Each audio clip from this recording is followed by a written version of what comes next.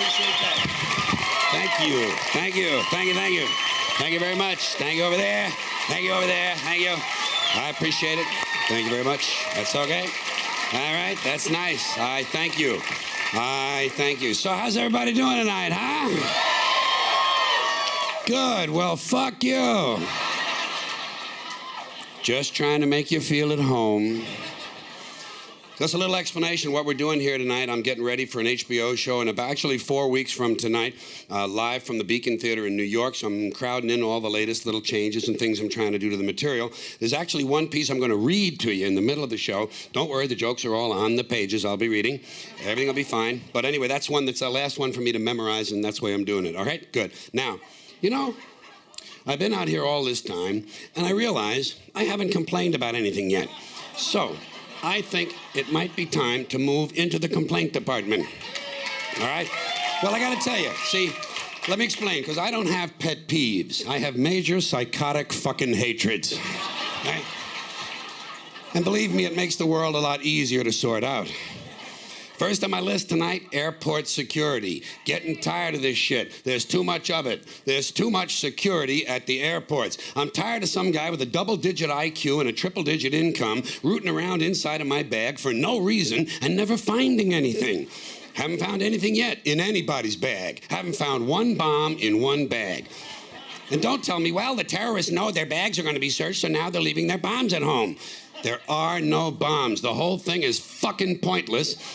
And it's completely without logic. No logic to it at all. They'll take away a gun, but let you keep a knife. Well, what the fuck is that? In fact, there is a whole list of lethal objects they will allow you to take on board. Theoretically, you could take a knife, an ice pick, a hatchet, a straight razor, a pair of scissors, a chainsaw, 6 knitting needles, and a couple of broken whiskey bottles, and the only thing they're going to say to you is that bag has to fit all the way under the seat in front of you. And if you didn't take a weapon on board, relax. After you've been flying for about an hour, they're going to bring you a knife and fork. They actually give you a fucking knife. It's only a table knife, but you could kill a pilot with a table knife. Might take you a couple of minutes, you know. Especially if he's hefty, huh? Yeah. But you could get the job done if you really wanted to kill the prick. Shit, there's a lot of things you could use to kill a guy with. You could probably beat a guy to death with the Sunday New York Times, couldn't you? Or suppose you just had really big hands. Couldn't you strangle a flight attendant? Shit, you could probably strangle 2 of them, one with each hand. You know, if you were lucky enough to catch him in that little kitchen area. But you could get the job done if you really cared enough. So why is it they allow a man with big, powerful hands to get on board an airplane? I'll tell you why. They know he's not a security risk because he's already answered the 3 big questions. Question number 1, did you pack your bags yourself? No, Carrot Top packed my bags. He and Martha Stewart and Florence Henderson came over to the house last night, fixed me a lovely lobster Newburg, gave me a full body massage with sacred oils from India, performed a 4-way around the world, and then they packed my bags. Next question. Have your bags been in your possession the whole time? No. Usually the night before I travel, just as the moon is rising, I place my suitcases out on the street corner and leave them there unattended for several hours. Just for good luck. Next question. Has any unknown person asked you to take anything on board? Well, what exactly is an unknown person? Surely everyone is known to someone. In fact, just this morning, Kareem and Yusuf Ali Ben-Gaba seemed to know each other quite well. They kept joking about which one of my suitcases was the heaviest. And that's another thing they don't like at the airport, jokes. You know? Yeah, you can't joke about a bomb. Well, why is it just jokes? What about a riddle? How about a limerick? How about a bomb anecdote? You know, no punchline, just a really cute story. Or suppose the remark was not intended as a joke, but as an ironic musing. Are they prepared to make that distinction? Why, I think not. And besides, who's to say what's funny? Airport security is a stupid idea, it's a waste of money, and it's only there for one reason, to make white people feel safe. That's all. The feeling, the illusion of safety to placate the middle class. Because the authorities know they can't make airplanes completely safe. Too many people have access. You notice the drug smugglers don't seem to have a lot of trouble getting their little packages on board, do they? No, and God bless them too. And by the way, an airplane flight shouldn't be completely safe. You need a little danger in your life. Take a fucking chance, will you? What are you going to do? Play with your prick for another 30 years? What, are you going to read People magazine and eat at Wendy's till the end of time? Take a fucking chance, will you? Besides, even if they made all of the airplanes completely safe, the terrorists would simply start bombing other places that are crowded. Porn shops, crack houses, titty bars, and gangbangs. You know, entertainment venues. The odds of you being killed by a terrorist are practically zero. So I say relax and enjoy the show. You have to be realistic about terrorism. Got to be a realist. Certain groups of people, certain groups, Muslim fundamentalists, Christian fundamentalists, Jewish fundamentalists, and just plain guys from Montana are going to continue to make life in this country very interesting for a long, long time. That's the reality. Angry men in combat fatigues talking to God on a two-way radio and muttering incoherent slogans about freedom are eventually going to provide us with a great deal of entertainment, especially after your stupid fucking economy collapses all around you and the terrorists come out of the woodwork. You'll have anthrax in your water supply and sarin gas in your air conditioners. There'll be chemical and biological suitcase bombs in every city. And I say, enjoy it. Relax. Enjoy the show. Take a fucking chance. Put a little fun in your life. To me, terrorism is exciting. I think the very idea that you can set off a bomb in a marketplace and kill several hundred people is exciting and stimulating, and I see it as a form of entertainment. I also know that most Americans are soft and frightened and unimaginative, and they don't know there's such a thing as dangerous fun. And they certainly don't recognize a good show when they see one. I have always been willing to put myself at great personal risk for the sake of entertainment. And I've always been willing to put you at great personal risk for the same reason. As far as I'm concerned, all of this airport security, the questions, the screenings, the cameras, the searches, it's just one more way of reducing your liberties and reminding you that they can fuck with you anytime they want, as long as you're willing to put up with it, which means anytime they want. Because that's the way Americans are. They're always willing to trade away a little of their freedom in exchange for a feeling, the illusion of security. What we have now is a completely neurotic population obsessed with security and safety and crime and drugs and cleanliness and hygiene and germs. There's another thing, germs. Where did this sudden fear of germs come from in this country? Have you noticed this? The media constantly running stories about all the latest infections. Salmonella, E. coli, hantavirus, bird flu, and Americans panic easily. So now everybody's running around scrubbing this and spraying that and overcooking their food and repeatedly washing their hands, trying to avoid all contact with germs. It's ridiculous, and it goes to ridiculous lengths. In prisons, before they give you a lethal injection, they swab your arm with alcohol. It's true. It's true. Well, they don't want you to get an infection.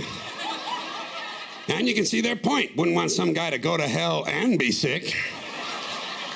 Would take a lot of the fun out of the whole operation. Fear of germs, why, these fucking pussies. You can't even get a decent hamburger anymore. They cook the shit out of everything now because everybody's afraid of food poisoning. Hey, where's your sense of adventure? Take a fucking chance, will you? Do you know how many people die from food poisoning in this country every year? 9,000. That's all. It's a minor risk. Take a fucking chance, bunch of goddamn pussies. Besides, what do you think you have an immune system for? It's for killing germs. But it needs practice. It needs germs to practice on. That's right. So if you kill all the germs around you and live a completely sterile life, then when germs do come along, you're not going to be prepared. And never mind ordinary germs. What are you going to do when some super virus comes along that turns your vital organs into liquid shit? I'll tell you what you're going to do. You're going to get sick, you're going to die, and you're going to deserve it because you're fucking weak and you've got a fucking weak immune system. Let me tell you a true story about immunization. A true story about immunization. When I was a little boy in New York City in the 1940s, we swam in the Hudson River, and it was filled with raw sewage, okay? We swam in raw sewage, you know, to cool off. And at that time, the big fear was polio. Thousands of kids died from polio every year. But you know something? In my neighborhood, no one ever got polio. No one, ever. You know why? Because we swam in raw sewage. It strengthened our immune systems. The polio never had a prayer. We were tempered in raw shit.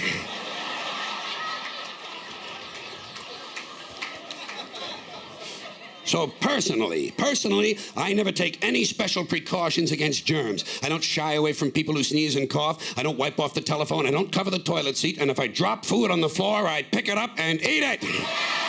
I eat it. Even if I'm at a sidewalk cafe in Calcutta, the poor section, on New Year's morning during a soccer riot. And you know something? In spite of all this so-called risky behavior, I never get infections. I don't get them. I don't get colds. I don't get flu. I don't get food poisoning. And I don't get headaches or upset stomachs. And you know why? Because I got a good, strong immune system, and it gets a lot of practice. My immune system is equipped with the biological equivalent of fully automatic military assault rifles with night vision and laser scopes. And we have recently acquired phosphorus grenades and cluster bombs. So when my white blood cells are on patrol, reconnoitering my bloodstream, seeking out strangers and other undesirables, if they see any suspicious-looking germs of any kind, they don't fuck around. They whip out the weapons, wax the motherfucker, and deposit the unlucky fellow directly into my colon. Directly into my colon. There's no nonsense. There's no Miranda warning. There's none of that 3 strikes and you're out shit. First defense, bam, into the colon you go. Yeah, and speaking of my colon, I want you to know I don't automatically wash my hands every time I go to the bathroom, okay? Can you deal with that? Sometimes I do, sometimes I don't. You know when I wash my hands? When I shit on them. That's the only time. And you know how often that happens? Tops, 2-3 times a week, tops. Maybe a little more frequently over the holidays. You know what I mean? And I'll tell you something else, my well-scrubbed friends. You don't always need a shower every day. Did you know that? It's overkill. Unless you work out or work outdoors or for some reason come in intimate contact with huge amounts of filth and garbage every day, you don't always need a shower. All you really need to do is to wash the 4 key areas. Armpits, asshole, crotch, and teeth. Got that? Armpits, asshole, crotch, and teeth. In fact, you can save yourself a whole lot of time if you simply use the same brush on all 4 areas. All right. Continuing with some of these things that are pissing me off. And this is in the form of a question. Haven't we had about enough of this cigar-smoking shit in this country? Huh? When is this going to end? When is this shit going to be over? When are these fat, arrogant, overpaid, overfed, overindulged, overprivileged, white-collar business criminal cocksuckers gonna put out their cigars and move along to their next abomination? White pussy businessmen sucking on a big brown dick. That's all it is. That's all it ever was, a big brown dick. You know, Freud said sometimes a cigar is just a cigar. Oh yeah? Well, sometimes it's a big brown dick. With a fat, arrogant, white-collar criminal business asshole sucking on the wet end of it. But hey, the news is not all bad for me. Not all bad. Want to hear the good part? Cancer of the mouth. Good. Fuck them. I'm glad. It's an attractive disease. Goes nice with a cell phone. So light up, Suspender Man, and suck that smoke deep down into your empty suit and blow it out your ass, you fucking cocksucker.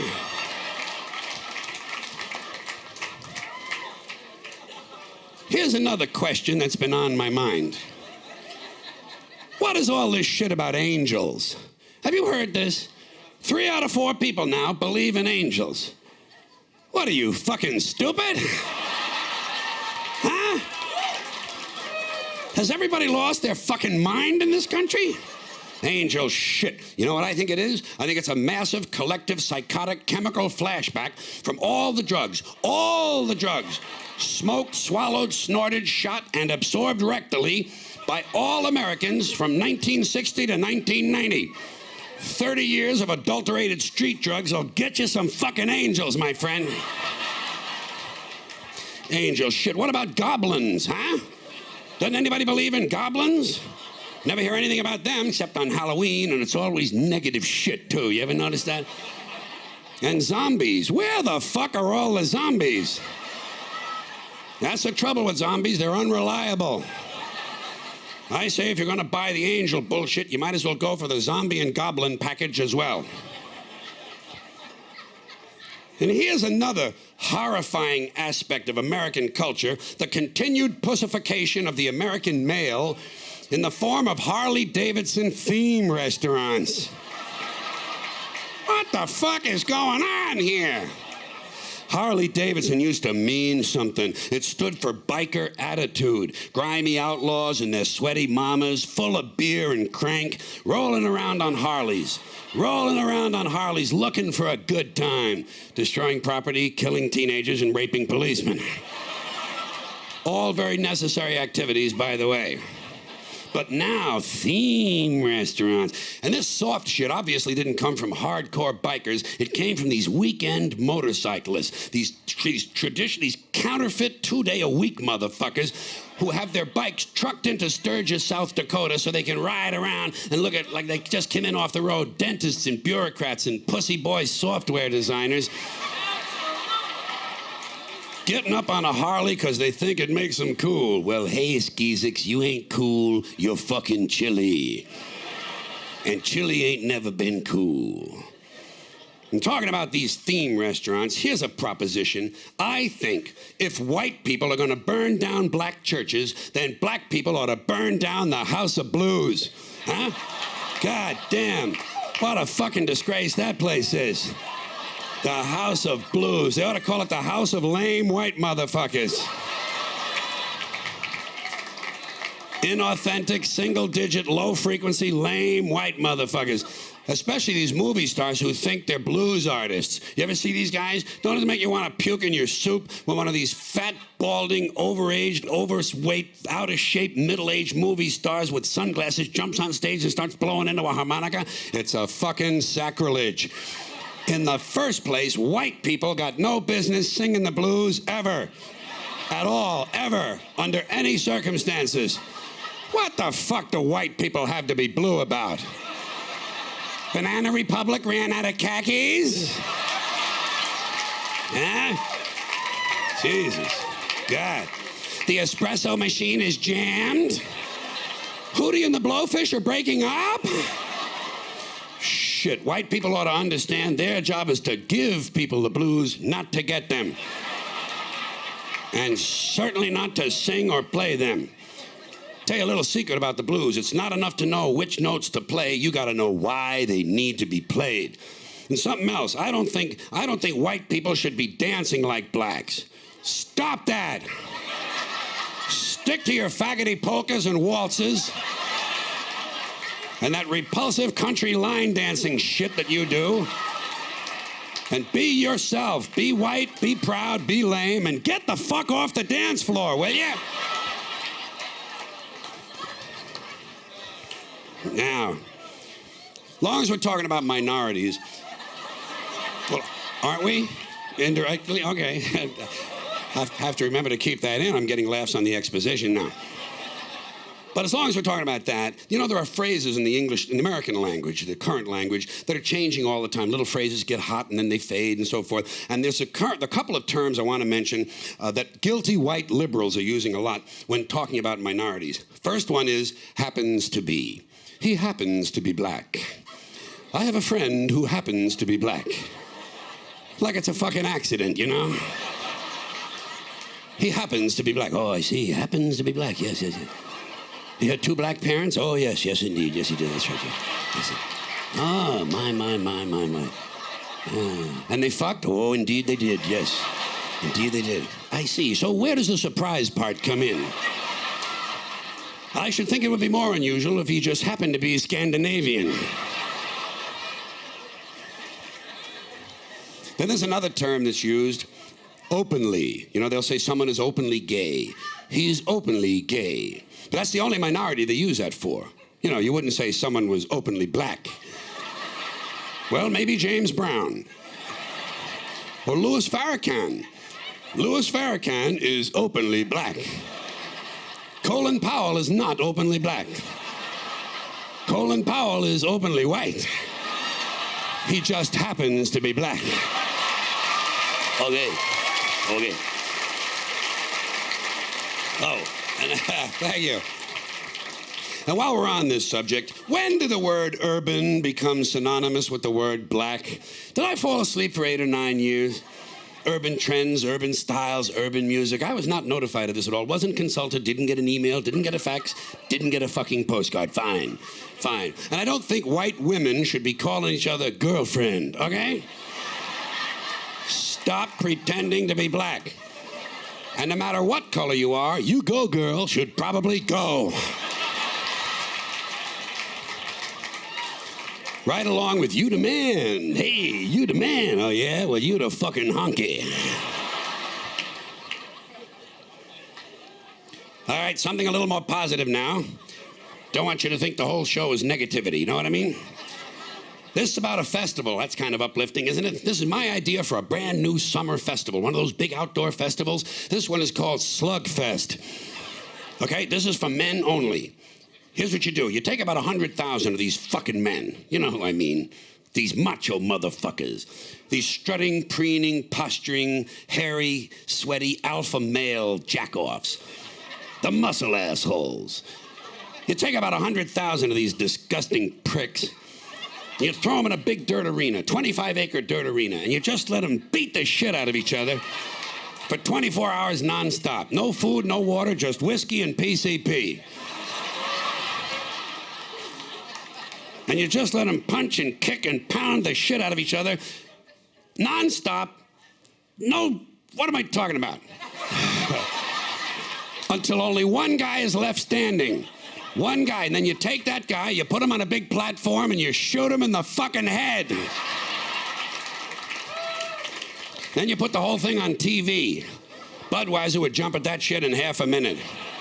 And guys would volunteer. They'd be lining up for it. Men will just promise them a small appliance of some kind. Men will do anything. They have absolutely no principles whatsoever. Promise them a small object that plugs into the wall and makes a whirring noise. And here's another male cliche. These guys who cut the sleeves off of their T-shirts so the rest of us can have an even more compelling experience of smelling their armpits. I say, hey, Bruno, shut it down, would you? You smell like an anchovy's cunt. God damn. It's not for sharing, Bruno. Really? You know? Yeah. I don't know.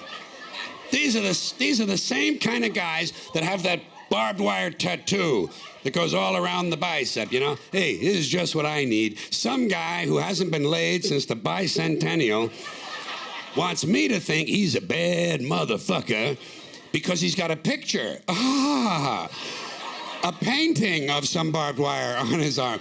I say, hey, come around when you have the real thing on there. I'll be glad to squeeze it on good and tight for you, all right? No shit. This is the kind of guy, if you smashed him in the face 6 or 7 times with a big chunk of concrete and then beat him over the head with a steel rod for an hour and a half, you know what? He'd drop like a fucking rock. Like a rock. Here's another guy thing that sucks. These T-shirts that say, lead, follow, or get out of the way. You see, now, this is more of that stupid Marine Corps bullshit. Obsolete male impulses from 100,000 years ago. Lead, follow, or get out of the way. Hey, know what I do when I see that shirt? I obstruct. I stand right in the guy's path, force him to walk around. He gets a little past me. I spin him around, kick him in the nuts, rip off the shirt, wipe it on my ass, and shove it down his fucking throat. You know? Hey, that's all these Marines are ever looking for, a good time. And speaking of these so-called tough guys, I'm getting a little tired of hearing that after 6 policemen get arrested for shoving a floor lamp up some black guy's ass and ripping his intestines out, the police department announces they're going to have sensitivity training. I say, hey, if you need special training to be told not to jam a large, cumbersome object up someone else's asshole, maybe you're too fucked up to be on the police force in the first place, huh? Maybe. Maybe not.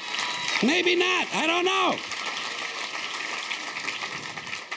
Yeah, they ought to try. They ought to have here's what they ought to do. They ought to have 2 new requirements for being on the police force: intelligence and decency. Hey, never can tell. It might work. Certainly hasn't been tried yet. No one should ever have any object placed inside their asshole that is larger than a fist and less loving than a dildo. Now, this next thing is about our president. This is about William Jefferson, yes? Clinton. I don't call him Clinton, I call him Clinton. It's more descriptive. Clit, C-L-I-T-T-I-N. Apostrophe. Clinton. Here's my deal. Clinton always admired JFK. That's his big hero, JFK. Wanted to be just like him. All right, JFK's administration was called Camelot, although it really should have been called Come-a-lot. Because that's what he did. He came a lot. So Clinton's looking for a legacy. Let him have that. Well, maybe come a little would be better for Clinton. Because he didn't come, he came a little on the dress, a little on the desk. That's about it, really, you know what I mean? Yeah, he was no match for Kennedy in the pussy department. Kennedy aimed high, Marilyn Monroe. Clinton took out his dick and showed it to a government clerk. Yeah. There's a drop-off. Yeah, a drop-off. Now, something else I'm getting tired of is all of this bullshit we have to listen to all the time about children. It's all you hear in this country now. What about the children? How can we protect the children? You know what I say? Fuck the children. There's too much attention being paid to them. It's an unhealthy, neurotic fixation, and it's completely out of balance. And I know what you're thinking. Jesus, he's not going to attack kids, is he? Yes, he is. Yes. He's going to attack kids, and remember, this is Mr. Conductor talking. I know what I'm talking about. I'm an expert on children.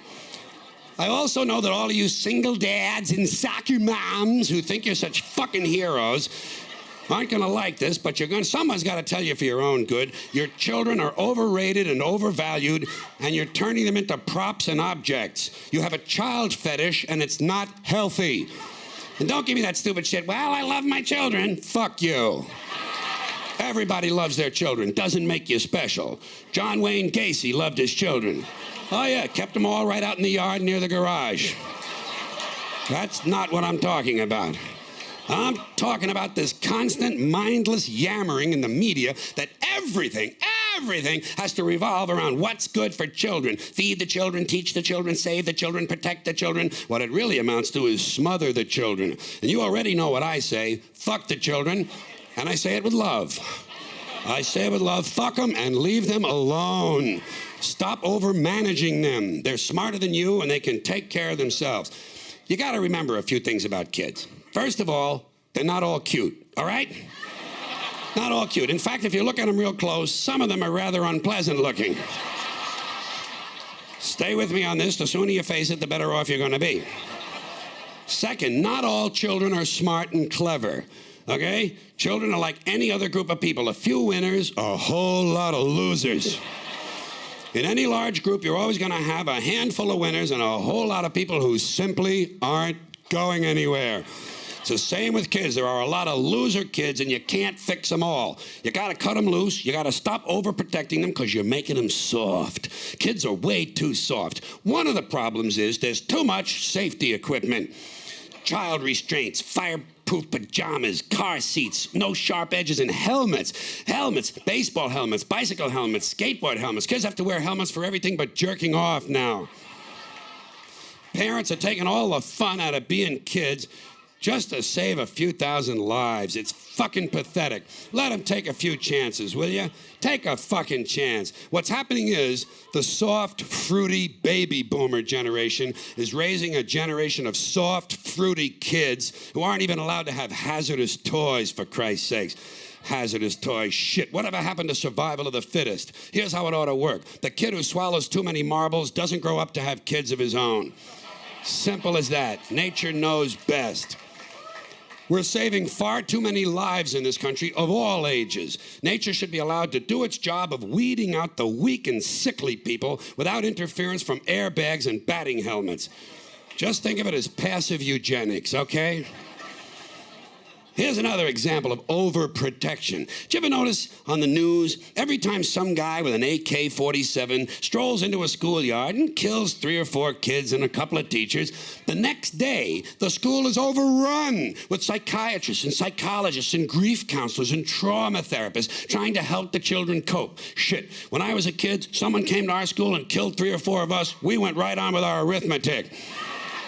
35 classmates minus 4... equals 31. We were tough. I say if a kid can handle the violence at home, he ought to be able to handle the violence in school. I'm not worried about guns in school. You know what I'm waiting for? Guns in church. That's gonna be a lot of fun. Yeah, and you watch, it'll happen. Real soon, some guy with a newsie is gonna go apeshit in a church. And the media will refer to him as a disgruntled worshiper. But getting back to the kids, here's another bunch of shit. School uniforms, bad theory.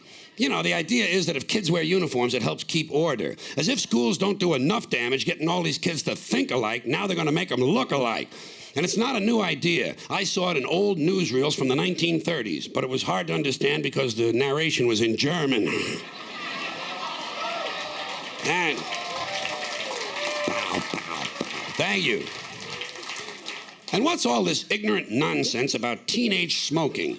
What these pro-children, anti-smoking simpletons don't realize is that kids don't smoke because a camel in sunglasses tells them to. They smoke for the same reasons adults do, because it relieves anxiety and sharpens focus. And these kids have plenty of anxiety. Besides the usual adolescent carnival of hormones, they also have to put up with these pathetic, striving, yuppie parents who push them in 1,000 different directions, from Little League to Cub Scouts to swimming, soccer, piano, horseback, dancing, and leathercraft, and who enroll the kid in college before he's even figured out which side of the playpen smells the worst. No wonder kids smoke. They want to because it helps. Kids just want to feel good, same as adults with their Prozac and Starbucks and Harvey Wallbangers. You're driving these kids crazy with too much structure and scheduling. They even have play dates, for Christ's sakes.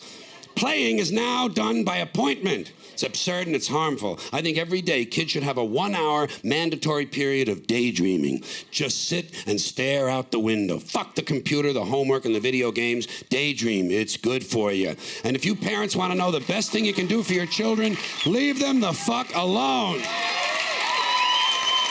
Thank you. Thank you very much. I appreciate that. Hey, thank you. Thanks very much. Well, you're very nice. You're very nice, you're very kind, you're kind of nice, you're nice and kind. Oh, want to tell you what's on television tonight?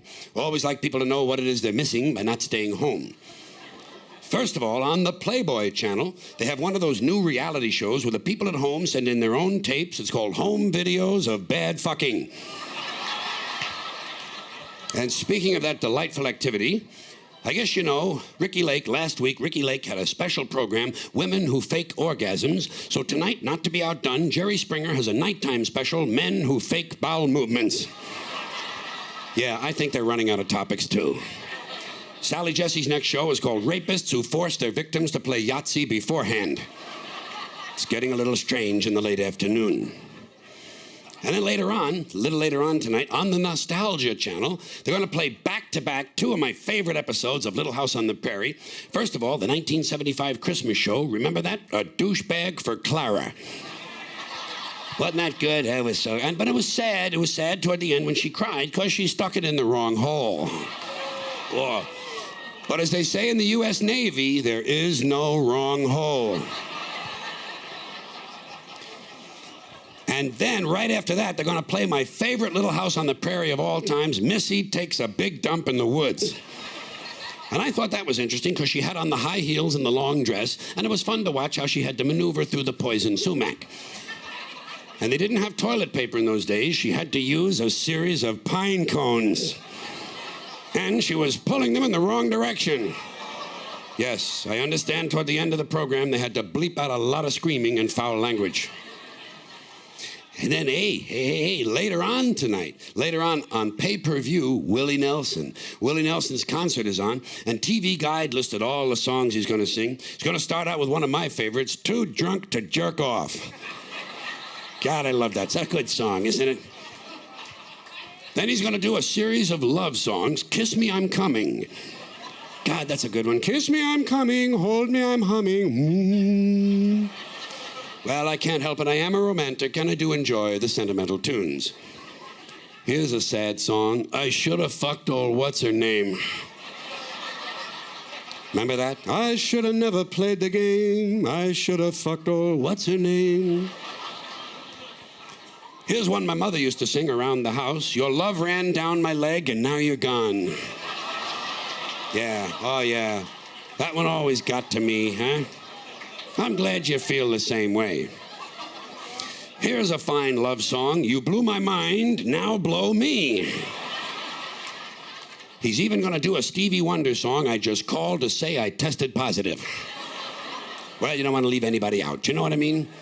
And hey, what would a Willie Nelson concert be without a couple of cowboy songs? He's going to do that one George Jones and Waylon Jennings wrote, drinking beer, taking a shit, and passing out.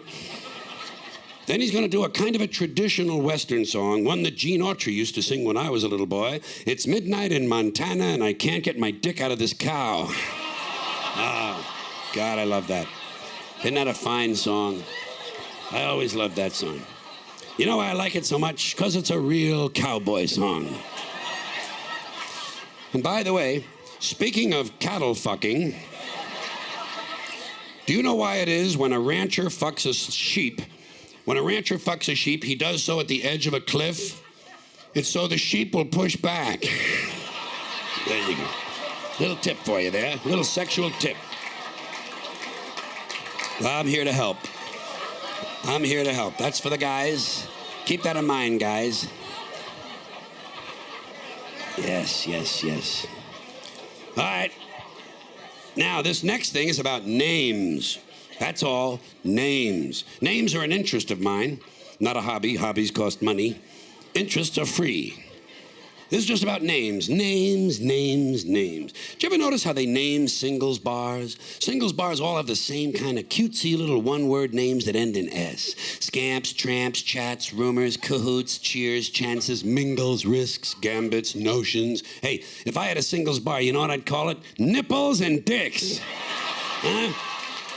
Yeah, a little truth in advertising. The Sperm Club. Snatch-O-Rama. The Crotcheteria. Frankie's Fuckery. Cafe Vagina. Open all night. Well, I'm an old-fashioned guy. I'm old-fashioned because I believe the name on the outside of a place ought to let you know what's going on the inside. Here would be a good name for a gay restaurant. The Mouthful. Huh? Come on, that's clever shit. That's a double pun, goddammit. You didn't think of it.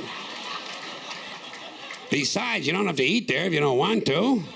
No, just go in, have a cocktail. Or a highball.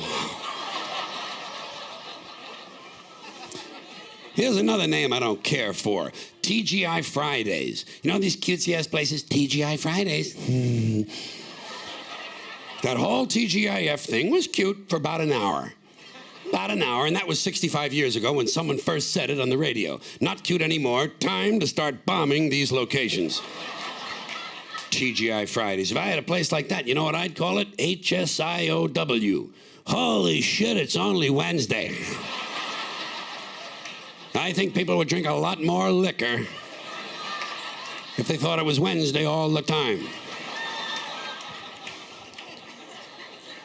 Well, I'm just looking for a little honesty in these names. That's not asking a lot. I'm thinking of opening up a motel and calling it the Sleep and Fuck. Wouldn't that be a good, honest name for a motel? Who needs that Shady Pines bullshit? The Sleep and Fuck Motel. Get me one of them neon signs. Sleep, fuck. Sleep, fuck. Sleep and fuck. Sleep and fuck. Sleep and fuck. Sleep, fuck. Actually, fucking sleep would be a little more accurate, wouldn't it? Best name for a motel would be the Fuck and Smoke and Sleep and roll over and get out of bed and wash your crotch and go out and buy 2 cans of Mr. Pibb and come back and fuck a whole lot more. More. Because that's all they ever have left in those soda machines on Sunday night. Mr. Pibb and Diet Shasta Orange. And that yellow can of Canada Dry tonic water that nobody wants. And speaking of naming things, am I the only person in this country who's laughing when these commercials come on television for Snapper lawnmowers? Isn't there anyone else in this fading republic who knows what a snapper is? A snapper is a pussy, okay? That's what it means. Snapper means pussy. It's derived from an older, more specific term, snappin' pussy, which describes a particular type of pussy, one with good, quick muscular control, kind of an elasticity in the vaginal wall that can grab a hold of you and give you a decent hump. Do you know what I'm talking about? A snappin' pussy. But now snapper means any kind of pussy, and they've named a lawnmower company after this. Now, I have seen a few snappers in my day. Never seen one that'll cut grass. Maybe do a little edging. Little edging along the driveway after a party, that's all you can hope for. But you know, weed whacker you can understand. And what's that other product? I can't believe it's not butter. Well, they got a new one coming out. It's called I Sure Hope the Fuck This Ain't Lard. There's also a new instant soup on the market. It's called Make It Yourself, you lazy prick. Names interest me. I'm thinking of moving to Nevada where prostitution is legal and opening a bed and breakfast called the Cock and Muffin. Huh? Would you go there? You'd come there, I'll tell you that. You know, there are some large organizations, really large organizations, whose names I think are completely mixed up. The Department of Water and Power. Well, water and power don't go together. You get fucking electrocuted. The Food and Drug Administration. Well, with most drugs, you don't want any food, except marijuana, and they shouldn't be bothering people with marijuana in the first place. Then you have that really interesting organization, the Bureau of Alcohol, Tobacco, and Firearms. Do we even have to talk about this one? Bad combination. Here's what they ought to do. You call the police the Department of Power and Firearms. Then you have the Food and Water Administration. That's what you need to survive. Food and water, put them together. That leaves you with the Bureau of Alcohol, Tobacco, and Drugs. Keep all the good shit in one office. Now, yeah, thank you. Now, let's talk about people's names for just a moment. They're kind of interesting because sometimes they carry with them a little bit of emotional baggage that comes with the name. For instance, think of the names of the founders of the great religions. Those founders' names still today ring with an air of mystery. Christ, Moses, Buddha, Muhammad. But the Mormons, Joseph Smith, not too impressive. Come on, we're going to Utah. Who said so? Joe Smith. Well, I gotta go take a shit. Drop me a postcard, let me know how you like it out there. Well, I was raised Catholic and I'm still waiting for a new pope to choose the name Corky. Wouldn't that be fun? His Holiness Pope Corky the Ninth. I think you'd have to skip to 9 to give him a little credibility, don't you? Somehow to me, Pope Corky the First doesn't command a great deal of authority. Names are interesting. Suppose there had been a great... No, son, kill that. Go on somewhere else. Sometimes names affect history. History. I honestly believe there never would have been a Second World War if Hitler's first name was Floyd. Can you imagine? I'm going to kill 20 million people. Remember the name Floyd Hitler. Why, they would have beat the shit out of him in Munich in 1931. Right in the downtown plots. And no one would have been afraid of Jack the Ripper if his name was Wally. Who's that? Who's on the loose? Wally the Ripper! Ooh, what a fucking goof! Wally the Ripper! The Ripper! He's a Ripper! Same thing with Billy the Kid. Suppose his name was Billy the Schmuck. People would have been a lot less tense. Who's that riding into town? Well, that's Billy the Schmuck. Oh, well, fuck him. And I know I never would have gone hunting with Buffalo Shecky. Doesn't sound safe. Suppose there had been a great composer, really great composer living in the 18th century, but better than all the rest. Better than Bach, better than Beethoven, better than Mozart, but his name was Johann the Cuntlapper. Do you think they would play his music on the radio today? And now the New York Philharmonic performs the Easter Mass in C-sharp minor by Johann the Cuntlapper.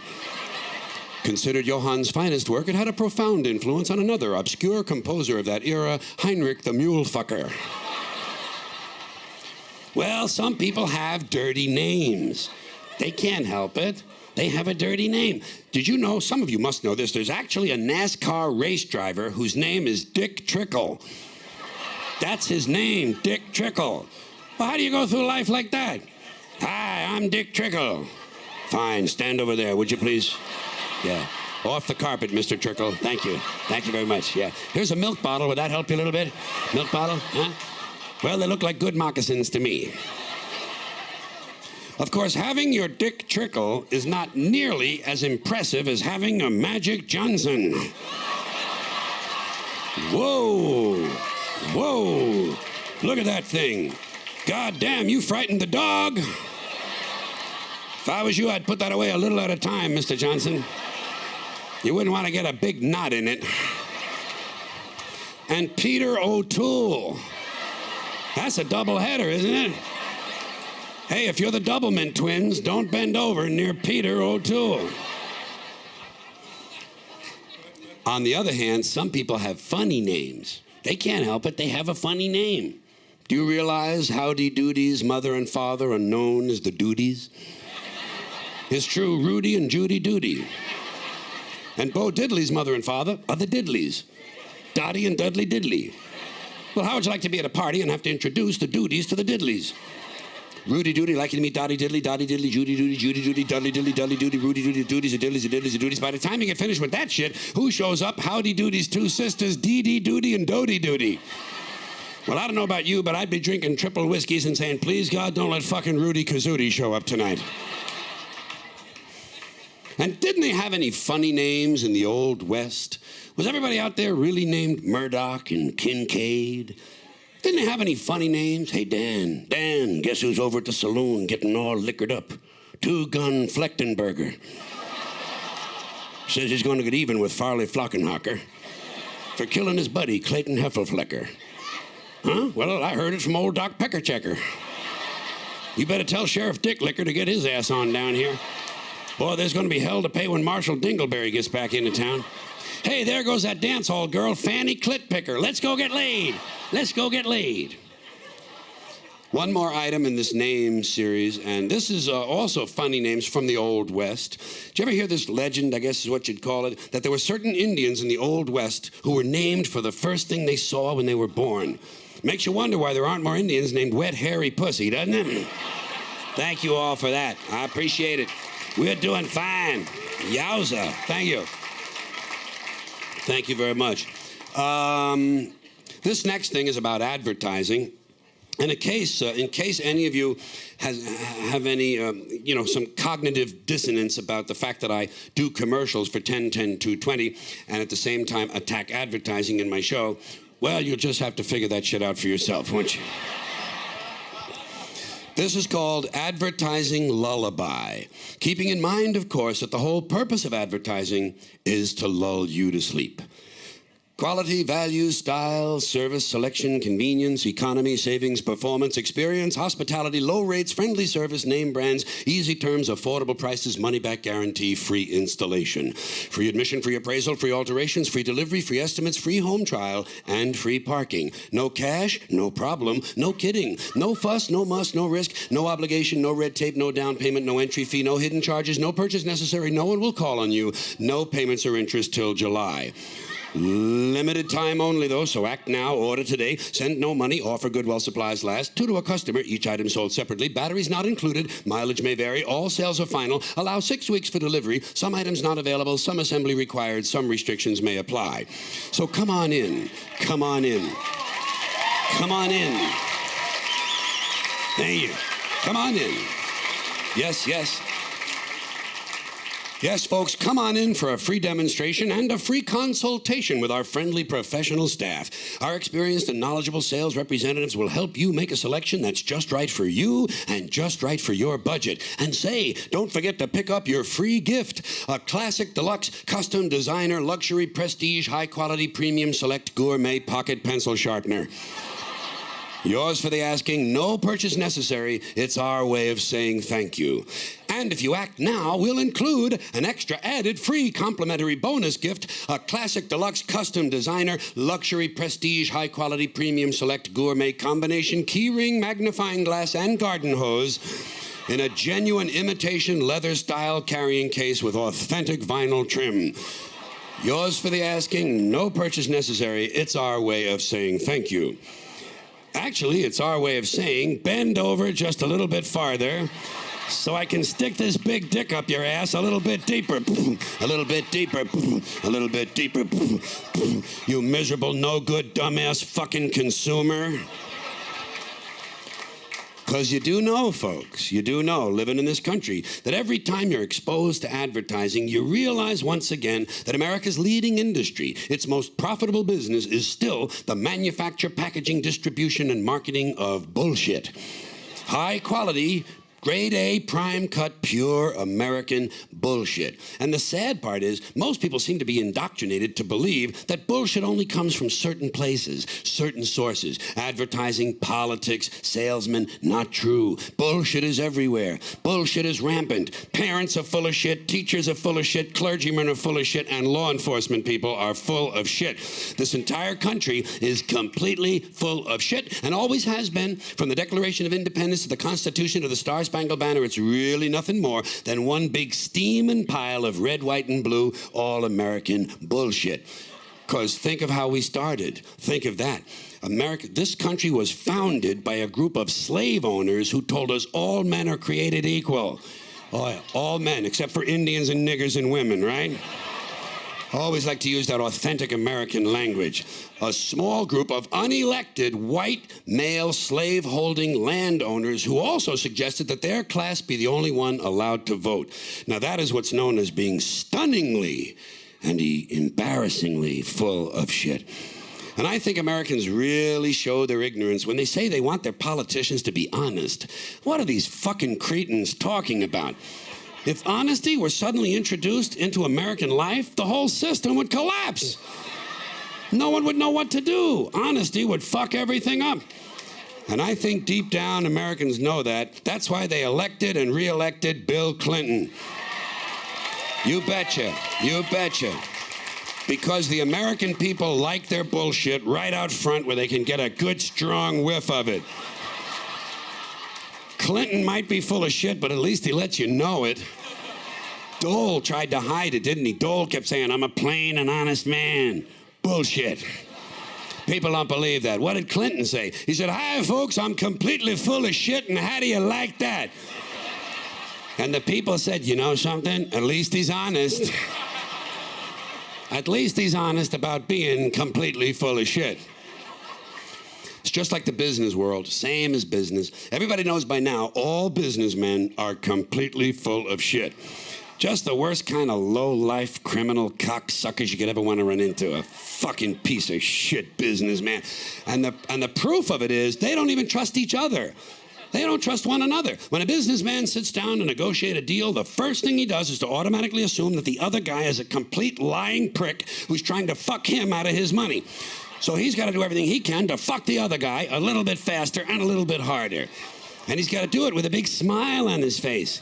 You know, that big bullshit businessman smile? And if you're a customer, whoa, that's when you get the really big smile. Customer always gets that really big smile as the businessman carefully positions himself directly behind the customer and unzips his pants and proceeds to service the account.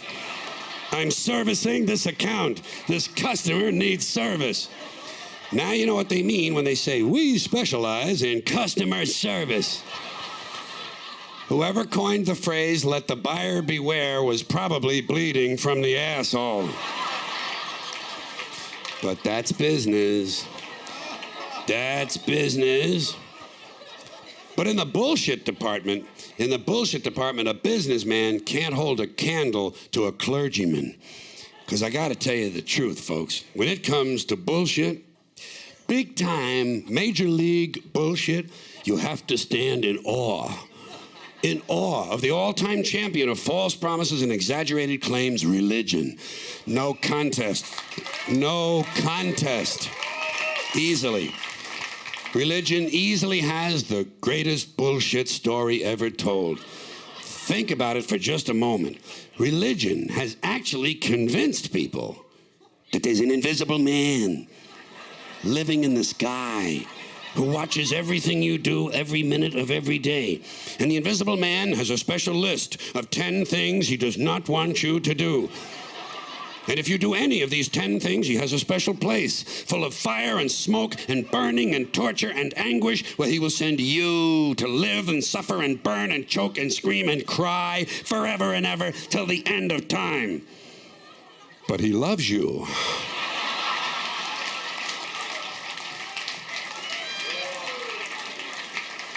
He loves you and he needs money. He always needs money. He's all powerful, all knowing, all wise, but somehow just can't handle money.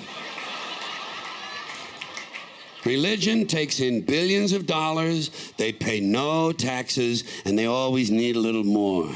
Now, you talk about a good bullshit story. Holy shit.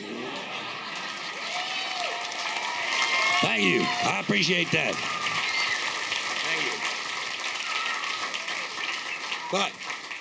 But I want you to know, folks, I want you to know something. When it comes to believing in God, I tried. I really, really tried. I tried to believe that there is a God who created each of us in his own image and likeness, loves us very much, and keeps a very close eye on things. But I got to tell you, the longer you live, the more you look around, the more you realize something is fucked up. Something is wrong here. War, disease, death, destruction, hunger, filth, poverty, torture, crime, corruption, and the ice-capades. Something is definitely wrong. This is not good work. If this is the best God can do, I am not impressed. Results like these do not belong on the resume of a supreme being. This is the kind of shit you'd expect from an office temp with a bad attitude. And just between you and me, in any decently run universe, this guy would have been out on his all-powerful ass a long time ago. And by the way, I say this guy because I'm firmly convinced, looking at these results, that if there is a God, it has to be a man. No woman could or would ever fuck things up like this. So, if there is a God, if there is, I think reasonable people might agree he's at least incompetent and maybe, just maybe, doesn't give a shit. Doesn't give a shit, which I admire in a person and which would explain a lot of these bad results. So rather than be just another mindless religious drone blindly believing that all this is in the hands of some spooky, incompetent father figure who doesn't give a shit, I decided to look around for something else to worship, something I could really count on. And immediately, I thought of the sun. The sun happened like that. Overnight, I became a sun worshiper. Well, not overnight. You can't see the sun at night. But first thing the next morning, I became a sun worshiper. Several reasons. First of all, I can see the sun. Okay? I can see it. Unlike some other gods I could mention, I can actually see the sun.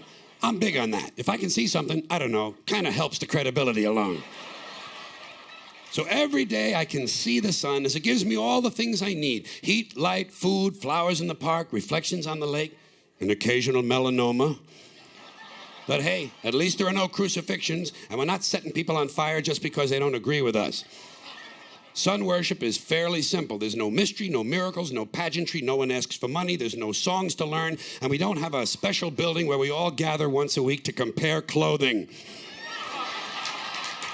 And the best thing about the sun, it never tells me I'm unworthy. Doesn't tell me I'm a bad person who needs to be saved. Hadn't said an unkind word. Treats me fine. So I worship the sun, but I don't pray to the sun. Wouldn't presume on our friendship. It's not polite. I've often thought people treat God rather rudely. Trillions and trillions of prayers every day, asking and pleading and begging for things. Do this, give me that. I need a new car, I want a better job. And most of this praying takes place on Sunday, his day off. It's not nice, and it's no way to treat a friend. But people do pray, and they pray for a lot of different things. Your sister needs an operation on her crotch. Your brother's been arrested for defecating in a mall. And most of all, you'd really like to fuck that hot little redhead down at the convenience store. Huh? Yeah, you know, the one with the club foot and the eye patch. Can you pray for that? I think you'd have to. And I say, fine, go ahead. Pray for anything you want. Pray for anything. But what about the divine plan? Remember that? The divine plan. Long time ago, God made a divine plan. Gave it a lot of thought, decided it was a good plan, put it into practice. And for billions of years, the divine plan has been doing just fine. Now you come along and pray for something. Well, suppose the thing you're praying for isn't in his divine plan. What do you want God to do? Change his plan? Just for you? Isn't that arrogant? It's a divine plan. What's the use of being God if every down-and-out schmuck with a $2 prayer book can come along and fuck up your plans? And here's another problem. Suppose your prayers aren't answered. What do? Do you just say, well, it's God's will. Thy will be done. Well, fine. But if it's God's will and he's going to do what he wants to anyway, why the fuck bother praying in the first place? Seems to me like a waste of time. Can't you skip the praying part and just go right to his will? It's all very confusing to me. So to get around a lot of this, as I said, I worship the sun, and as I said, I don't pray to the sun. Know who I pray to? Joe Pesci. Joe Pesci. 2 reasons. First of all, I think he's a good actor, okay? To me, that counts for something. And second, he looks like a guy who can get things done. Joe Pesci doesn't fuck around. In fact, Joe came through with a couple of things that God was having trouble with. Yeah, for years I asked God to do something about my noisy neighbor with the barking dog. Joe Pesci straightened this cocksucker out with 1 visit. It's amazing what you can accomplish with a simple baseball bat. So I've been praying to Joe for about a year now. And I've noticed something. I've noticed that all the prayers I used to offer to God and all the prayers I now offer to Joe Pesci are being answered at about the same 50% rate. Half the time I get what I want, half the time I don't. 50-50, same as God. Same as the horseshoe, the 4-leaf clover, the rabbit's foot, and the wishing well. Same as the mojo man. Same as the voodoo lady who tells you your fortune by squeezing the goat's testicles. It's all the same, 50-50. Just pick your superstition, sit back, make a wish, and enjoy yourself. And by the way, for those of you who look to the Bible for its literary qualities and moral lessons, I have a couple of other stories I'd like to recommend. You might want to try The 3 Little Pigs. That's a good one, has a nice happy ending. Or you could look into Little Red Riding Hood, although it does have that one X-rated part where the big bad wolf actually eats the grandmother, which I didn't care for, by the way. And finally, I've always drawn a great deal of moral comfort from Humpty Dumpty. My favorite part, all the king's horses and all the king's men couldn't put Humpty Dumpty back together again.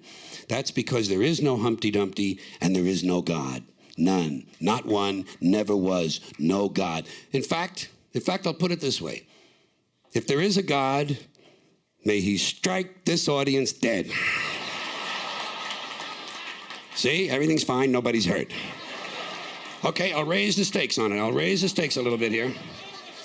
If there is a God, may he strike me dead. See? Nothing. I'm good. I'm fine. Wait. I do have a little cramp in my leg. And my balls hurt. And apparently I'm blind. I'm blind. Oh, now I'm okay. Must have been Joe Pesci, huh? God bless Joe Pesci.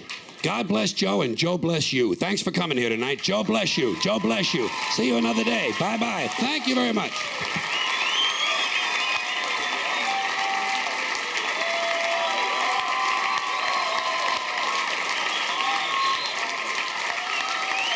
Ladies and gentlemen, George Carlin.